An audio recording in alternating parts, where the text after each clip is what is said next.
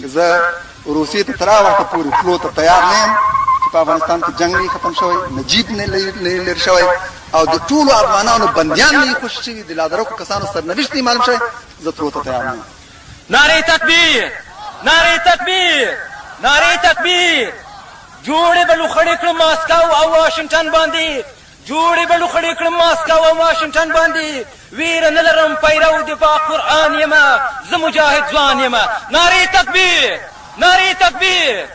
ورونو په دغو لنډو ورځو کې ما ته ځینو عالي رتبه او مسؤولو پاکستانیانو وویل چې نجیب دې ته تیار دی چې د ظاهرشاه لپاره استعفا وکړي. روس او امریکا هم دا خبره مني، ایران او سعودي هم موافقه کړې، په پاکستان کې هم ځینې حلقې هم دا غواړي او له مجاهدینو نه هم ځینې ډلې هم دا خبره کوي. یوازې تاسو پاتې یاست که حزب اسلامي موافقه وکړي دا مسله نور حل ده. تاسو ته زه سوال کوم، خواست کوم چې د لنډې مودې لپاره دا حکومت ومنه. کافي بین المللي ضمانتونه به هم ترلاسه کړو چې دا حکومت به موقت وي، بیا به انتخابات کېږي. ولس تاسو سره ده چې انتخابات وشي، هسې به هم ستاسو حکومت جوړېږي.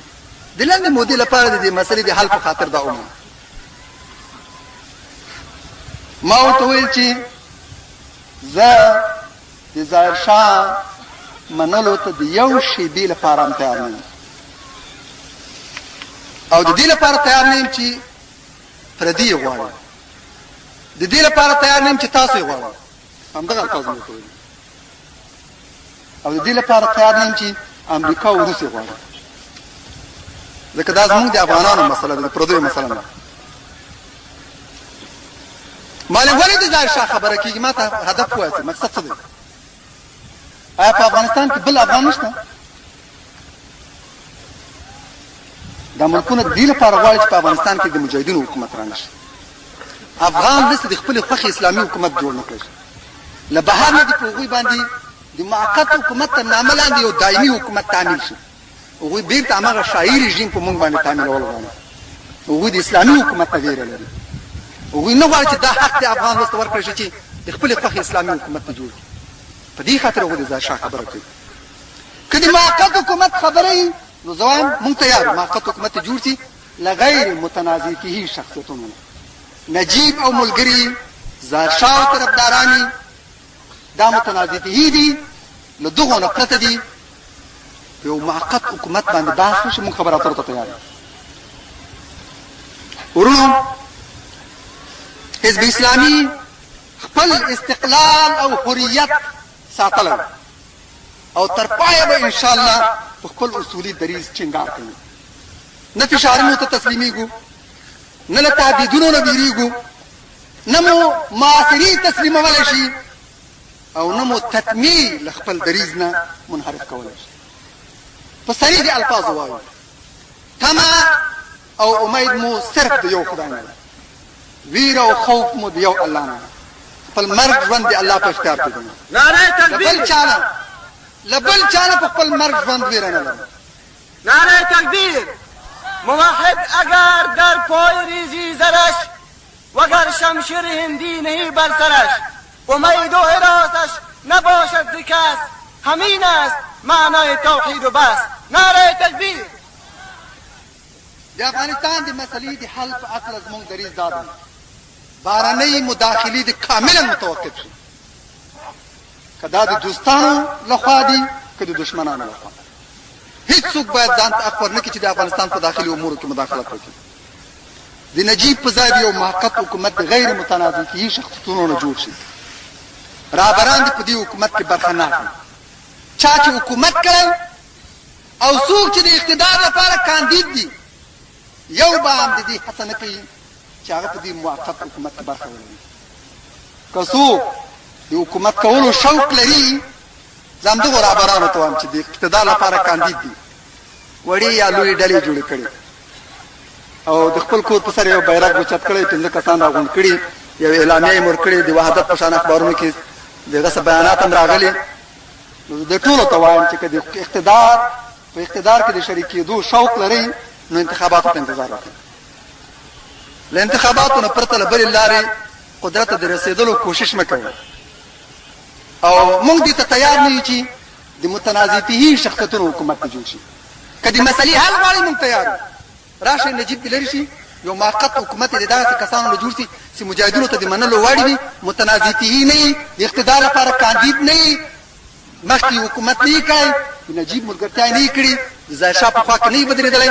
له دغو نه پرته دي 20 میلیونه افغانانو نه په هر چا کېدلی شي بحث وشي چې مسلمان وي او لاسونه د افغان په وینو سره نه وي، د ټولو جهادي ځواکونو ته مجاهدینو ته د منلو وړ دي.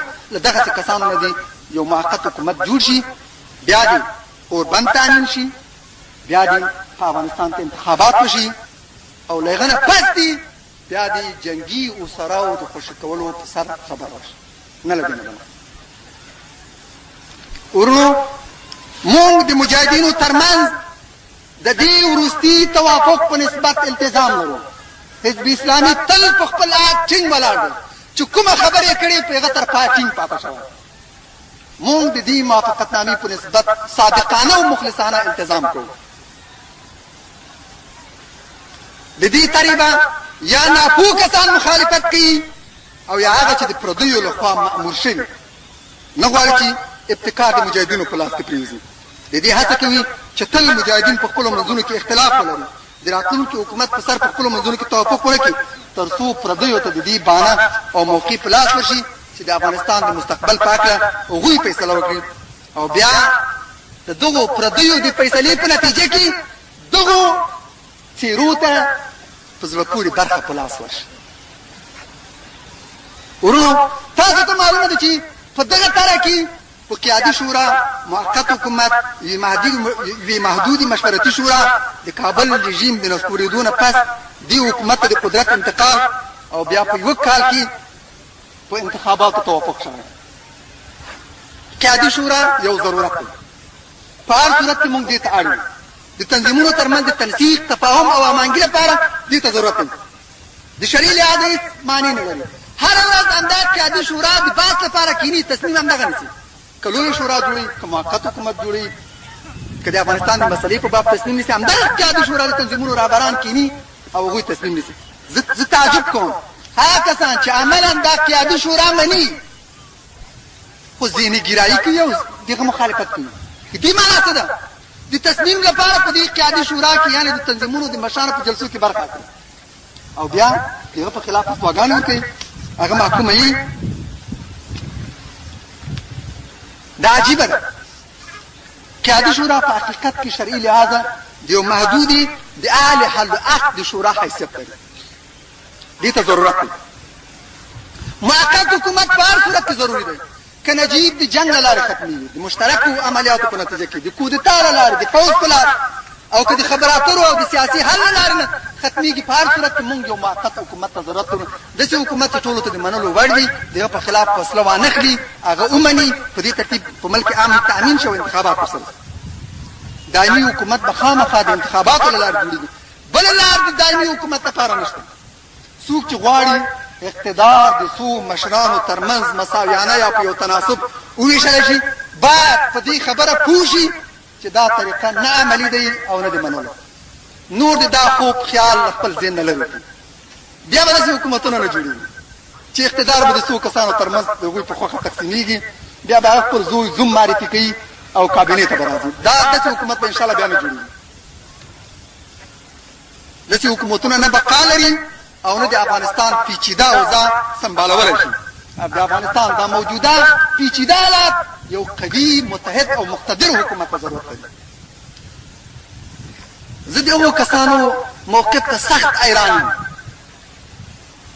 چې کله کله انقلابي اکتونه هم کوي او د اسلام او د مسلمانۍ خبرې هم کوي، فتواګانې صادروي، اعلامیې خورئ چې ګوري د اعلامیې ټول محتوا دی د 500 کسانو شورا، خو دا کاملا اسلامي دی، په 4 کتابونو جایز، اما د 100 کسانو شورا ناجایز او حرام. چې نه پوهېږم دا کوم شریعت ده، دا د کوم ځای نه راایستلي. د 100 کسانو شورا په 4 کتابونو حرام، خو د 500 کسانو شورا په 5 کتابونو جایز. لوی شورا غواړي نو صبر وکړئ انتخابات وکړئ. ما ورته ویلي چې که ته لوی شورا غواړي دا دی تنظیمونو توافق وکړ، هیئتونه جوړ شو، د انتخاباتو کمیسیون کار پیل کړ، ښه ډېر مصارف وشول، داخل ته هیئتونه لاړل، په مختلفو ولسوالیو کې هغوی د قماندانانو مخورو علماو سره د مشورې نه بعد نفر وټاکل راځي په دغه بنیاد شورا جوړ کړو. خو دا واړه واړه تنظیمونه چې دغه په نتیجه کې یو نفر هم د دوی نه دی معرفي شوی، هغه دې ته تیار نه دي چې دغه لویه شورا دې جوړه کړي. هغه د تساوي په بنیاد لویه شورا غواړي. دوی غواړي چې بیا هغه د راولپنډۍ فاجعه تکرار شي. دوی د هغه شورا خوند څکلی ځکه یې تکرارا غواړي، ځکه د هغه لپاره فتواګانې پورته وي. مونږ د تساوي په بنیاد نه داسې سترو شورا مفیده ګڼو، نه هغه عملي دي او نه په پېښور کې بیا د حکومت جوړول غواړو. حکومت باید په کابل کې جوړ شي او د نجیب حکومت د نسکورېدو نه پس باید خپل کار پیل کړي. جلاوطن حکومتونه د پردیو ملکونو کې حکومتونه به خامخا د پردیو په لاس کې پرېوځي او د پردیو د لاس آله به وي. هماغه څه به کوي چې پردي ورته امر کوي او عملا به د ملت په ګټه هېڅ نشي کولی. په دې خاطر موږ په پېښور کې د حکومت جوړولو سره موافق یو. حکومت باید په کابل کې د رژیم د نسکورېدو نه بعد جوړ شي. ورونو له کومې ورځې چې په دې طرح توافق شوی، ګورئ چې غربي اژانسونه او په غرب پورې تړلې ډلې او څېرې د هغه په خلاف په شدت سره لګیا دي، تبلیغات کوي، اجتماعات جوړوي او فتواګانې صادروي. د دوی هدف دا دی چې مجاهدین د ولس په نمایندګۍ فیصله ونشي کولی. راتلونکی حکومت د دوی په خوښه او د دوی په لاس جوړ نشي، بلکې د امریکا، انګلستان، روس او د نورو پردیو ملکونو په خوښه جوړ شي. دوی وایي رهبران د ملت نمایندګي نشي کولی. زه ورته وایم نو څوک د ملت نمایندګي کوي؟ پیټر تامسن، پاکستان، ایران، څوک؟ ما ته ووایه په دغه ستره غونډه کې چې په لکونو خلکو دلته برخه اخیستې، دا خلک چا راټول کړي؟ دا د چا نمایندګي کوي؟ آیا دا د ولس نمایندګان نه دي؟ هغه چې په سنګرونو کې پراته دي څوک دي؟ د چا نمایندګي کوي؟ روسانو ته چا شکست ورکړ؟ تاسو به خبر یاست چې په دې وروستیو شپو ورځو کې امریکا، روس، نجیب او ځینو نورو ملکونو غوښتل چې په کابل کې د ځایشاه لپاره مظاهره وکړي. یو څوک د ضیا نصیري په نامه یې چې یو امریکایي تبعه ده، نه په پښتو پوهېږي نه په فارسي، هغه یې کابل ته ولېږلو، انترکانټینټل هوټل کې اوسېدو. د کابل رژیم غوښتل چې په زنګار پارک کې یو ستره مظاهره د ځایشاه په ګټه جوړه کړي. یو هفته د دې لپاره کار وشو. ټولو مامورینو ته مې هدایت وشو چې په دې سترو چوکومنده مظاهره کې به برخه اخلي. یو هفته پس د اعلامیو نه بعد د حکومت د ښه تلاش نه وروسته امریکا او روس هم دغه تر شا وو. ټولو غوښتل چې دغسې یو پرشکو مظاهره دې ترسره شي، خو په پای کې په معینه ورځ 80 یا 80 کسان پارک زرنګار کې راغونډ شوي او هغوی هم د ظاهرشاه په خلاف شعارونه ورکړل. بي بي سي چې غوښتل یې ډېره مبالغه وکړي ویل یې چې 100 کسان راغونډ شوي. نو ما ته وایه د ملت نماینده ظاهرشاه ده او خو د 15 کسان راغونډ کړي. یو کس نادرخان نومیږي، د ځاځي اوسېدونکی دی چې په ظاهرشاه باندې ایټالي کې حمله شوې وه. بي بي سي د هغه له خولې نه اعلان کړ چې 10,000 کسان دغه په کور کې راغونډ شوي وو او په دې پیښه یې ماتم کولو او سخت خفګان څرګندولو چې په ایټالیا کې په ظاهرشاه حمله شوې. د ځاځیو خلکو چې دا خبره اورېدله خندلې او ویلې چې په دې ورځ دی په ځاځیو کې مړ پېښور کې 10,000 کسان خو پرېږده 3 کسان ما په خپل کور کې مې سره راغونډول. له هغه نه پوښتنه وشوه چې دا څنګه وه؟ هغه وویل چې څه وکړو، تاسو څه نه راکوئ، موږ به د څه پیدا کولو لپاره څه کوو چې بل واقعي خامخا همدا خبرې کوو. ته دا اوس ما ته زما مشکل حل کړه، زه د سبا ته بي بي سي ته د دې په خلاف بیان ورکوم چې 10,000 کسان زما په کور کې راغونډ شوي او د ظاهرشاه په خلاف شعارونه ورکوم.